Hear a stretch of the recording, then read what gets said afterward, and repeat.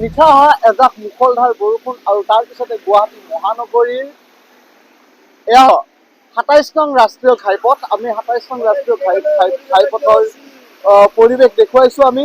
আৰু এনেধৰণে গুৱাহাটী মহানগৰীৰ যদিহে চোৱা যায় যে ২৭ নং ৰাষ্ট্ৰীয় ঘাইপথ সম্পূৰ্ণভাৱে পানীৰ তলত বৰ্তমান, সম্পূৰ্ণভাৱে পানীৰ তলত। আৰু এনেধৰণে প্ৰতিজন লোকে আচলতে খোজকাঢ়ি অহা পৰিলক্ষিত হৈছে। সমান্তৰালকৈ দেখুৱাইছো সমগ্ৰ যি ৰাষ্ট্ৰীয় ঘাইপথ, অৰ্থাৎ আপুনি যদি জালুকবাৰীৰ পৰা বৰাগাঁও হৈ গড়চুক আহিছে তেনেহ'লে আপুনি বৰ্তমান নাহিব, কিয়নো সমগ্ৰ যে হাইৱেটোত অৰ্থাৎ ৰাষ্ট্ৰীয় ঘাইপথটোত এনেধৰণে পানীৰে ভৰি আছে আৰু বৰ্তমান সম্পূৰ্ণভাৱে বিকল হৈ পৰিছে। এনেধৰণৰ নামী দামী বাহনসমূহৰ লগতে ট্ৰাক, যিসমূহ দূৰণিবতীয়া যিসমূহ ট্ৰাক, বাছ আৰু নিজৰ ৰাতিপুৱা হ'লে নিজৰ কৰ্তব্যস্থলীলৈ অহা লোকসকলে এনেধৰণে আবদ্ধ হৈ পৰিছে। আৰু এয়া হৈছে গুৱাহাটী মহানগৰীৰ ২৭ নং ৰাষ্ট্ৰীয় ঘাইপথৰ বৰাগাঁৱৰ পৰিৱেশ আমি দেখুৱাইছো।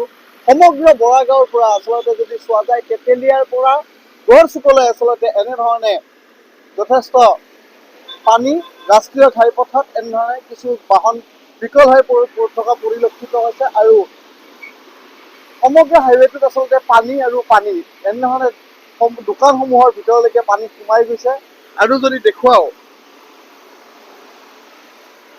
গোটেই ৰাষ্ট্ৰীয় ঘাইপথ চোৱাত তেতিয়াহ'লে দেখিবলৈ আপুনি পাব যিকেইখন উৰণ সেতু আছে সেই উৰণ সেতু কেইখনক বাদ দি আচলতে এনেধৰণে পানীৰ মাজত আবদ্ধ হৈ পৰিছে লোকসকল। আৰু সমগ্ৰ গুৱাহাটী মহানগৰীৰ যি ৰাষ্ট্ৰীয় ঘাইপথ আছে, অৰ্থাৎ তেতেলীয়াৰ পৰা আপুনি যদি গড়চুক আহিম বুলি ভাবিছে তেতিয়াহ'লে আপুনি নাহিব, কিয়নো তাৰ সমান্তৰালকৈ যদি চোৱা যায় মণিৰাম দেৱান ট্ৰেড চেণ্টাৰৰ যি ৰাষ্ট্ৰীয় ঘাইপথ আছে, তাৰ লগতে যদি চোৱা যায় ISBT Maniram Dewan trade centre দ্বিতীয় অফিচৰ কাৰ্যালয়ৰ পৰা যি পথ আছে, এই পথ আচলতে পানীৰে ভৰি আছে। অৰ্থাৎ এটা শব্দত ক'ব গ'লে গোটেই ৰাষ্ট্ৰীয় ঘাইপথ চোৱা বন্ধ হৈ পৰিছে। আৰু যাৰ ফলত আচলতে এনেধৰণে আচলতে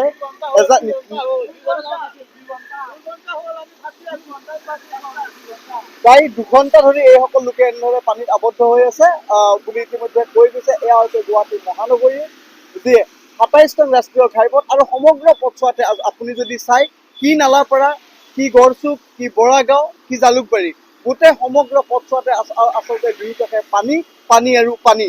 আৰু এনেধৰণে আচলতে প্ৰায় বাহন যদি আপুনি চোৱা যায় তেতিয়াহ'লে এই বাহনসমূহ সম্পূৰ্ণভাৱে বিকল হৈ পৰিছে। মোৰ সতীৰ্থ সহযোগীয়ে দেখুৱাব এনেধৰণে আচলতে কিছু পানীৰ মাজত আবদ্ধ হৈ পৰিছে বাহন। এনেধৰণে আচলতে দিনটোৰ কৰ্তব্য স্থানলৈ অহা যিসকল লোক আছে এনেধৰণে পানীৰ আবদ্ধ হৈ পৰিছে। আৰু কিছু যিসমূহ মটৰচাইকেল আছে এই মটৰচাইকেলসমূহ সম্পূৰ্ণভাৱে প্ৰায়সমূহ মটৰচাইকেল ঠেলি লৈ আহিব লগা হৈছে, অৰ্থাৎ বিকল হৈ যোৱা দেখিবলৈ পোৱা গৈছে। যিসমূহ ডাঙৰ বাহন আছে, অৰ্থাৎ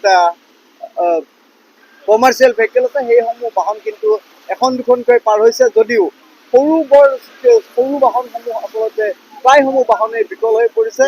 ২ ঘণ্টা ধৰি আচলতে এই পানীত এইসকল লোকে আবদ্ধ হৈ পৰিছে।